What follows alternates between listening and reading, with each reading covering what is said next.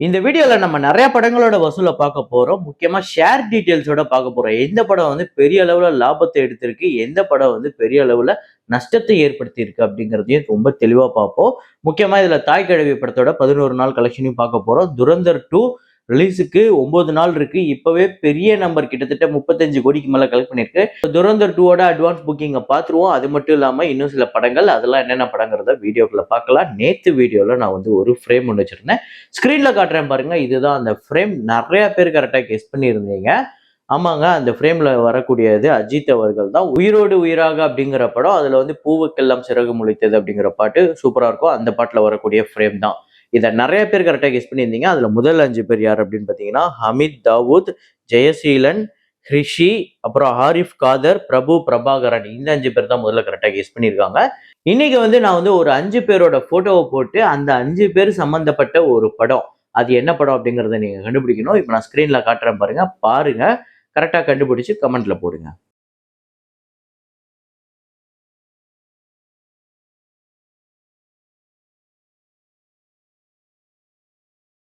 ஓ Romeo அப்படிங்கிற படம் நேத்து 25வது நாள் இந்தியால 35 லட்சம், உலகம் முழுக்க 38 லட்சம், டோட்டலா 108 கோடி 69 லட்சம் உலகம் முழுக்க கலெக்ட் பண்ணிருக்கு. படத்தோட பட்ஜெட் 100 கோடி, தியேட்ரிக்கல் ரைட்ஸ் 55 கோடிக்கு போயிருக்கு. 57 கோடி கிட்ட இந்த படத்துக்கு ஷேர் வந்திருக்கு. கிட்டத்தட்ட ஒரு 2.5 கோடி கிட்ட தான் இந்த படத்துக்கு டிஸ்ட்ரிபியூட்டர் ப்ராஃபிட் கிடைச்சிருக்கு. ஸோ அப்படி பார்க்கும்போது இது வந்து நம்ம ஒரு பெரிய வெற்றி அப்படின்னு சொல்லிட முடியாது. ஒரு செமி ஹிட் இடம் சொல்லலாம். ஸோ 104% இந்த படம் வந்து ரெக்கவர் பண்ணியிருக்கு.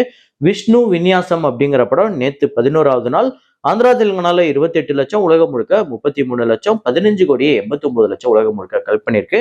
20 கோடி பட்ஜெட், 12 கோடி தியேட்ரிக்கல் ரைட்ஸ், 8.5 கோடி கிட்ட ஷேர் வந்திருக்கு. இன்னும் இந்த படம் கிட்டத்தட்ட ஒரு 7 7.5 கோடி கிட்ட வசூல் பண்ணாதான் பிரேக் இவனே பண்ணும். அப்படி பண்ணுமான்னு கேட்டீங்கன்னா தெரியல, கஷ்டம் தான். ஏன்னா வசூல் ரொம்ப கம்மியாயிடுச்சு. அப்புறம் மிருத்யுஞ்சய் அப்படிங்கிற ஒரு தெலுங்கு படம் டே 4 ஆந்திரா தெலுங்கானால 70 லட்சம், உலகம் முழுக்க 95 லட்சம், 5 கோடியே 6 லட்சம் உலகம் முழுக்க கலெக்ட் பண்ணிருக்கு. 18 கோடி பட்ஜெட், 11.5 கோடி கிட்ட தியேட்ரிக்கல் ரைட்ஸ் போயிருக்கு. இதுவரையுமே 3 கோடிக்கும் கம்மியா தான் இந்த படத்துக்கு ஷேர் வந்திருக்கு. அதுவும் இல்லாம நேற்று 4வது நாள், அதாவது ஃபர்ஸ்ட் மண்டே பயங்கர டிராப் இருக்கு. இது பத்தவே பத்தாது. கிட்டத்தட்ட ஒரு 22 23% கிட்ட தான் இந்த படம் வந்து ரெக்கவரே பண்ணியிருக்கு. கண்டிப்பா இன்னும் ஒரு 20 கோடி கிட்ட வசூல் தேவைப்படுது.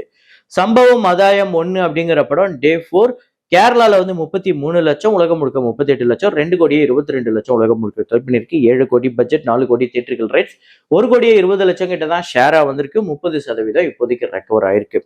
அப்புறம் முஸ்தபா முஸ்தபா அப்படிங்கிற தமிழ் படம் நேத்து 4வது நாள் தமிழ்நாட்டுல 6 லட்சம், இந்தியால 7 லட்சம், டோட்டலா 45 லட்சம் வந்து கலெக்ட் பண்ணிருக்கு. அப்ராக்சிமேட்டா 5 கோடி இந்த படத்துக்கு பட்ஜெட். ஆனா இதுவரையுமே 24 லட்சம் தான் ஷேராவே வந்திருக்கு.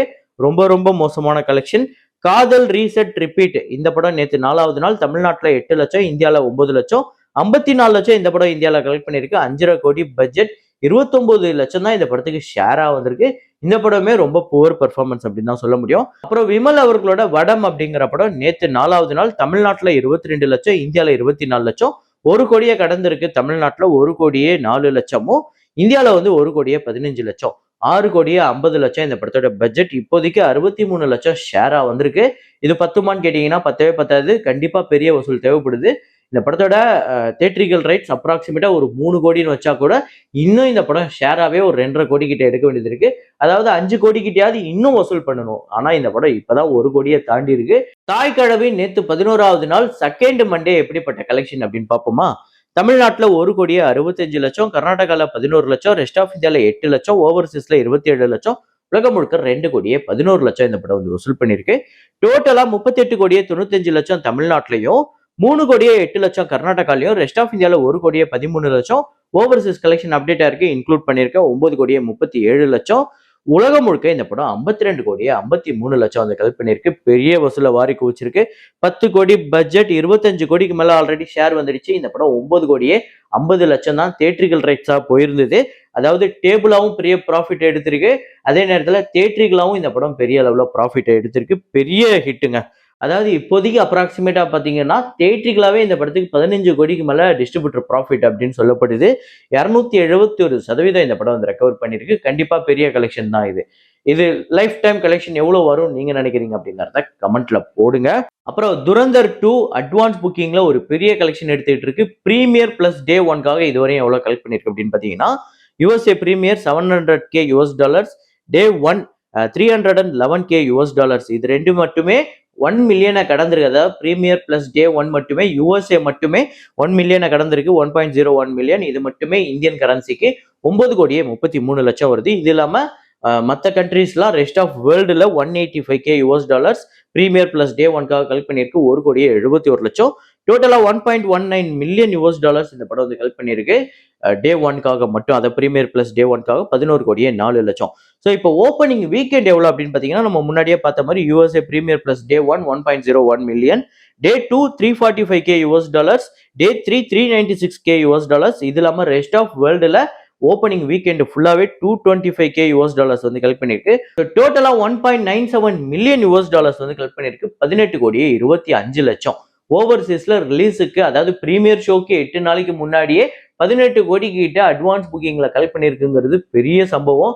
எனக்கு தெரிஞ்சு ஓப்பனிங், அதாவது premier plus day one opening டேக்கு மட்டுமே இந்த படம் வந்து 50 கோடிக்கு மேல ஓவர்சீஸ்ல கலெக்ட் பண்றதுக்கு பாசிபிள் இருக்கு. உங்களோட ப்ரெடிக்ஷனை கமெண்ட்ல போடுங்க. அப்புறம் துரந்தர் 2 அட்வான்ஸ் புக்கிங் இங்க இந்தியால எந்த அளவுக்கு பெர்ஃபார்ம் பண்ணிக்கிட்டு இருக்கு அப்படிங்கறத பார்ப்போம். ஸோ தமிழ்நாட்டில் 84 லட்சம் வந்து கலெக்ட் பண்ணிருக்கு. இப்போ நான் சொல்றது 18ஆம் தேதி பிரீமியர் ஷோக்கு மட்டும். ஆந்திரா தெலுங்கானால 1,49,00,000, கர்நாடகால 2,51,00,000, கேரளால 47 லட்சம், ரெஸ்ட் ஆஃப் இந்தியால 12,95 லட்சம், ஓவர்சீஸ்ல ஓப்பனிங் வீக்கெண்டுக்காக கலெக்ட் பண்ணது 18,25 லட்சம். டோட்டலா 36,51 லட்சம் இந்த படம் அட்வான்ஸ் புக்கிங்ல கலெக்ட் பண்ணிருக்கு.